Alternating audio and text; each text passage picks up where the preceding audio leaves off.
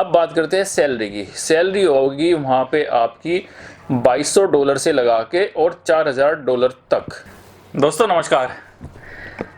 आज वीडियो का थंबनेल तो आपने देख ही लिया होगा और सबको इस चीज़ की काफ़ी जल्दी भी थी कि आशीष भाई कोई ऐसा प्रोसीजर बताओ जल्दी से जल्दी कनाडा में हम लोगों को जॉब मिल सके। तो लो भाई, आ गई है आपके लिए जॉब कनाडा में, और प्रोसीजर भी सुपर फास्ट प्रोसीजर है। मतलब एक फास्ट होता है, ये सुपर फास्ट है। ठीक है, तो आज हम सारी बात करेंगे। कंफर्मेशन मेल मेरे पास में आ चुकी है ईमेल आईडी में। ठीक है, जो जो उन्होंने डॉक्यूमेंट्स मांगे हैं वो लिस्ट में आपको बताऊंगा। उसके बाद में फिर आपको एक ईमेल आईडी दूंगा, उस पे वो सारे के सारे डॉक्यूमेंट्स आपको सेंड करने हैं। तो भाई अपने सारे के सारे डॉक्यूमेंट्स जो भी मैं बताऊंगा उसको आप रेडी करा लो। ठीक है, और रेडी कराने के बाद में मेल पे सेंड करने के बाद में आगे का जो भी फर्दर प्रोसीजर होगा वो मैं आप लोगों को बता दूंगा।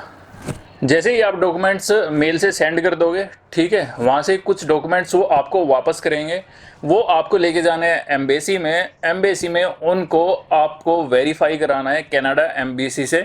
कनाडा एम्बेसी से वेरीफाई कराने के बाद में फिर आपको जाना है मेडिकल टेस्ट के लिए, और मेडिकल टेस्ट कराने के बाद में फिर आपको मेडिकल सर्टिफिकेट लेना है, और वो एम्बेसी वाला जो वहाँ से वेरीफाई कराओगे आप, ठीक है, स्टैंप के साथ में, और जो आपका कनाडा के लिए आपका जो भी मेडिकल टेस्ट होगा उसका सर्टिफिकेट स्कैन करके सेम उसी ईमेल आईडी पे जो मैं आपको बताऊंगा, या फिर वे आपको अगर मेल में कोई दूसरी ईमेल आईडी बताते हैं, ठीक है, तो आपको दोबारा उस पर सेंड करना है।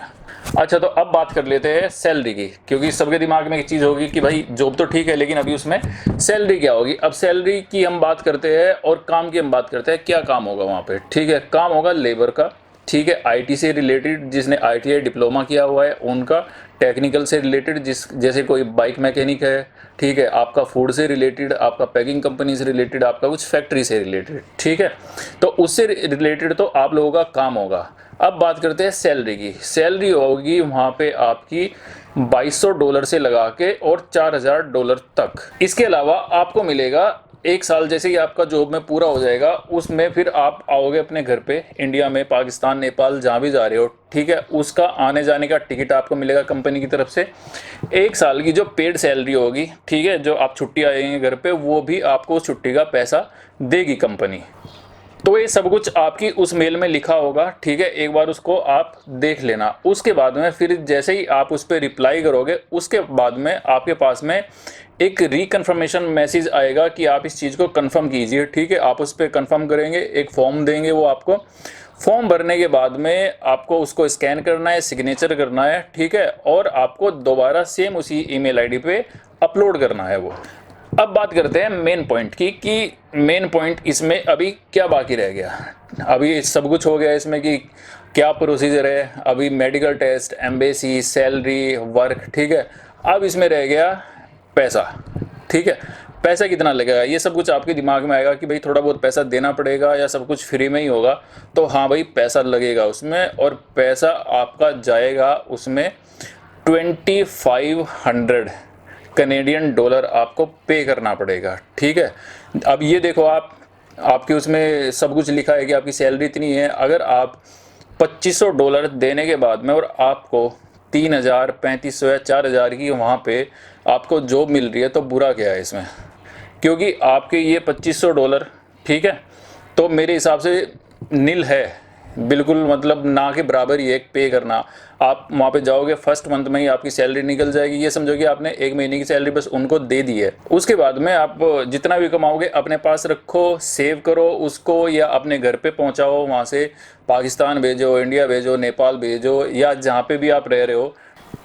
सब कुछ जो आपके पास में कंफर्मेशन आएगा, ठीक है, ये सब कुछ चीज़ें उसमें लिखी होगी। उसके बाद में वो फिर वहाँ से कंफर्मेशन मेल आ जाएगी। जैसे ही आप उनको पेमेंट कर दोगे, उस मेल में लिखा होगा कि जैसे ही आप पेमेंट कर दोगे, आपके पास में आपका वीज़ा और टिकट, ठीक है, अकोमोडेशन का जो भी वो वहाँ पे इंतज़ाम करेंगे, वो पूरे का पूरा आपको वो भेज देंगे। ठीक है, उसके बाद में आप अपना वीज़ा लो, जैसे ही आपके हाथ में आ जाएगा, और अपना जो भी डेट होगी टिकट पे आप अपना एयरपोर्ट पहुँचो।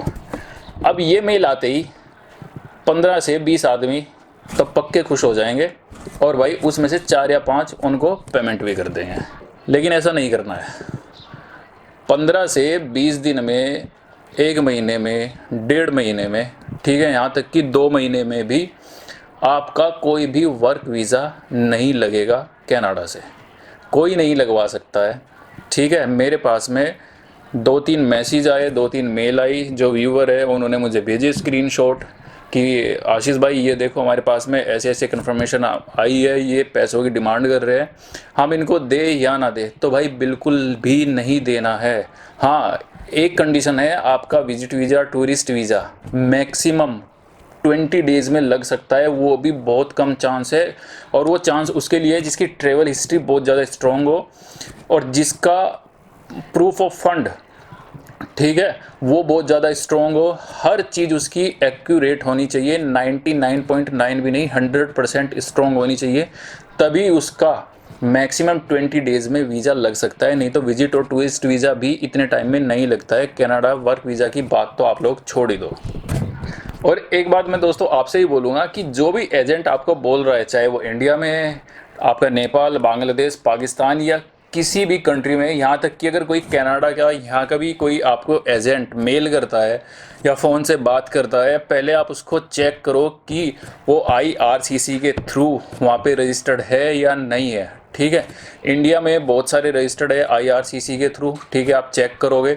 दूसरी बात है कि आप कनाडा की साइट पे जाओ, वहाँ सब कुछ पड़ा है, वहाँ पे एक प्रोसीजर दिया हुआ है, उन्होंने एक टाइम दिया हुआ है कि कितना टाइम लगता है आपके वर्क वीज़ा में, विजिट वीज़ा में, टूरिस्ट वीज़ा में, हर चीज़ साइट पे पड़ी हुई है वहाँ पे, आप उस चीज़ को जाके देखो। ठीक है, उसके बाद में हाँ, मैं आपको ज़रूर एक चीज़ बोलूँगा कि जो भी मैंने आपको साइट्स बताई है, ठीक है, आपकी जॉब बैंक वगैरह हो गई, ये इंडीड हो गई, आप इन पे अप्लाई करो। ठीक है, अब ये नहीं कि आपने एक दिन अप्लाई किया, 2 दिन अप्लाई किया, इन पे 2 महीने, 3 महीने, 4 महीने अप्लाई करो, रिप्लाई आएगा 100%। वहाँ से चांस कम होते हैं लेकिन जीरो नहीं होते हैं। ठीक है, वहाँ पे रेशो होता है 30 to 35 और 65 to 70%, मतलब कि 30 से 35% चांस होते हैं कि वो वहाँ से अप्लाई, यहाँ से अप्लाई करो आप इंडिया से, और यहाँ पे कनाडा के में इनके पास में आती है मेल, तो वो आपको पॉजिटिव रेस्पॉन्स करते हैं।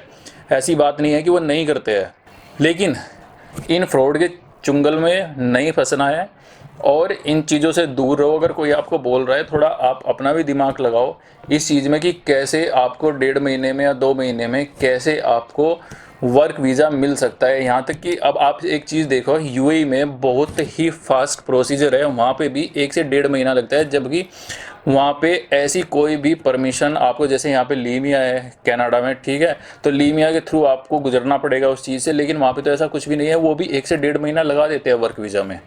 और इसका तो काफ़ी लंबा प्रोसीजर है, तो ये तो कम से कम मिनिमम ये लेते हैं 3 से 4 महीने वर्क वीज़ा के लिए। ठीक है, और डिपेंड है कि आप कौन से प्रोविंस में, कौन सी टेरिटरीज़ में जा रहे हो, फिर उसके ऊपर भी डिपेंड है। बल्कि मैं तो ये भी बोलता हूँ कि अगर किसी वीडियो में मैं भी आपको ये बोलूँ कि भाई मैं आपका 1 से 1.5 महीने में वर्क वीज़ा लगवा सकता हूँ, यहाँ तक कि अगर मैं ये भी बोलता हूँ 2 महीने में मैं लगवा सकता हूँ, तो उसको भी आप वेरीफाई करो। यहाँ तक कि 99% उस चीज़ पर आप विश्वास ही मत करना। हालांकि मैं आपको ये चीज़ बताऊँगा नहीं, मेरी किसी भी वीडियो में आपको ये चीज़ नहीं बताई जाएगी कि ये गलत तरीका है, आप इससे जाओ, मैं आपको बिल्कुल सही चीज़ ही बताऊँगा। तो जो भी ये फ्रॉड कर रहा है आपके साथ में, इन चीज़ों से बचो। और मैं उनको भी बोलूँगा, यार क्यों इन लोगों के साथ में यार आप लोग फ्रॉड कर रहे हो। इतना नहीं है सबके पास में, कोई 5,000 कमा रहा है, कोई 10,000 कमा रहा है, किसी के घर में 4 फैमिली मेम्बर है, किसी में 5 है, ठीक है, कोई 10,000 रुपये कमा के सब कुछ वो कर रहा है, इंश्योरेंस भी है, बिजली का बिल है, हर चीज़ का खर्चा है।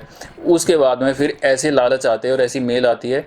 अब आदमी क्या सोचता है कि चलो ठीक है यार, मैं इस चुंगल से हटूँ, यहाँ से इनको इधर उधर से पैसा लेके दूँ, वो पेमेंट कर देता है और भाई उसका पैसा चला जाता है एकदम खाई में, तो उसको कुछ नहीं मिलेगा, डिप्रेशन में आ जाएगा बंदा। तो मेरी आप लोगों से रिक्वेस्ट है, मत क्या करो यार मेल। बहुत सारी वीडियोस पड़ी है यूट्यूब पे, ठीक है, इतने दिन में वीज़ा लगेगा, 20 दिन में, 1 महीने में, ठीक है, 1.5 महीने में, कोई तो 12 दिन में ही लगवा रहा है। ठीक है, तो इन चीज़ों से बचो, अपना ध्यान रखो, अपना ख्याल रखो और मेरी वीडियो देखते रहो और चैनल सब्सक्राइब करते रहो। इसके साथ में दोस्तों, टेक केयर एंड जय हिंद।